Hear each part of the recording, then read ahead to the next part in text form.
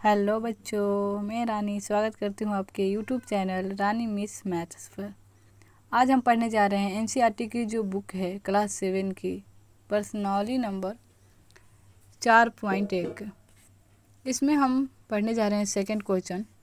Second question क्या कह रहा है, जांच कीजिए कि कोष्ठकों में दिए हुए मान दिए गए संगत समीकरणों के हल हैं या नहीं।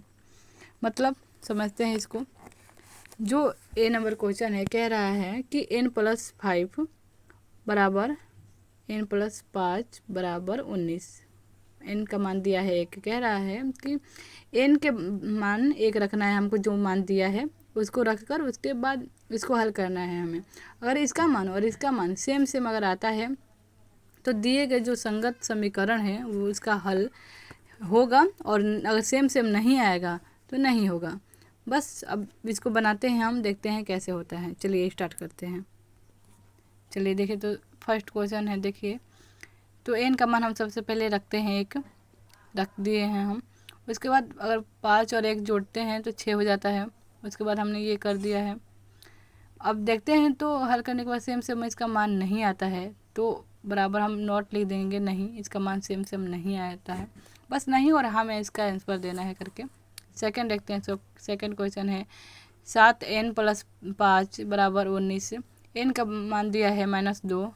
n का मान हमने रख दिया है 7 दूनी 14 होता है तो वो कर दिया हमने। +5 था तो 5, और यहाँ पर माइनस और प्लस क्या होता है, माइनस होता है, आपको पता है आपका। और बड़ा अंक 14 है तो 14 का ही मान रहता है। 14 माइनस है तो ये भी माइनस में हो जाएगा, बराबर 19 है तो 19 हो जाएगा। इन दोनों सेम नहीं है तो हम नोट लिख दिए हैं, नहीं भी लिख देंगे। अगर सेम सेम नहीं रहेगा तो नहीं लिख देंगे, और सेम सेम रहेगा तो हाँ लिखेंगे। अब सी नंबर देखते हैं। 7n+5 बराबर 19। n का मान दिया है 2, तो n का मान हम 2 रखते हैं। उसके बाद 14 हो जाएगा, 5 हो जाएगा। फिर अगर जोड़ते हैं तो 19 और 19 सेम सेम आ जाते हैं, तो यहाँ पर लिखेंगे हम हाँ, क्योंकि ये बराबर है। और बराबर नहीं आएगा तो नहीं लिखेंगे। बस इतना ही कॉन्सेप्ट है, बहुत ईजी है। आई होप कि आपको समझ में आ गया होगा। 4p-3 बराबर 13 ऐसे लिखना है यहाँ पर। तो p का मान हम पहले रखते हैं, तो हमने रख दिया है। फिर 4 में और 1 में गुना करेंगे तो 4 ही आएगा। माइनस में 3 है तो माइनस में 3 हमने रख दिया है। बराबर 13 है तो 13। 4 में से 3 घटेगा 1, 13 का 13 हो जाएगा। बराबर नोट करेंगे, नहीं लिख देंगे। उसके बाद हम ई नंबर करते हैं। ई क्या है, 4p-3 बराबर 13। p का मान 4 दिया है तो हम p का मान 4 रख देंगे। माइनस में 3 है 3 रखेंगे।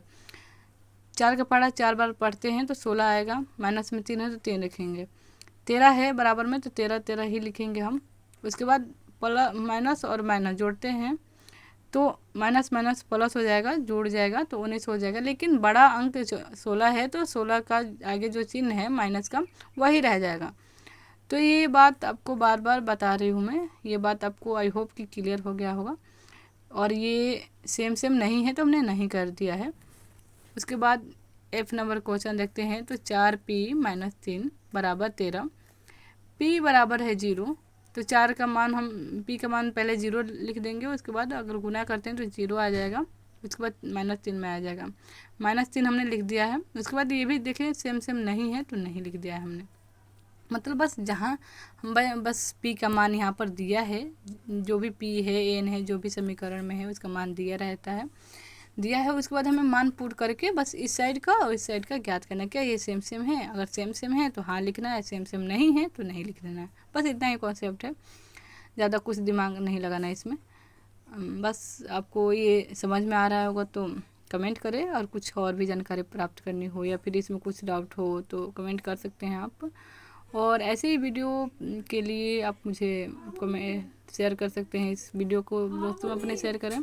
और आगे किस टॉपिक पर आपको वीडियो चाहिए या फिर किस क्लास का आपको पढ़ना है आप कमेंट कर सकते हैं। मैं 7 से लेकर 10th क्लास के बच्चों को पढ़ाती हूँ। आपको किस क्लास का पढ़ना है, आप किस टॉपिक पर वीडियो चाहिए, आप कमेंट कर सकते हैं। मैं उस टॉपिक पर वीडियो आगे लेकर आऊँगी, ठीक है। तो ठीक है बच्चों, मिलते हैं नेक्स्ट वीडियो में। ओके, तो थैंक यू आप सभी को। अपना ख्याल रखना, और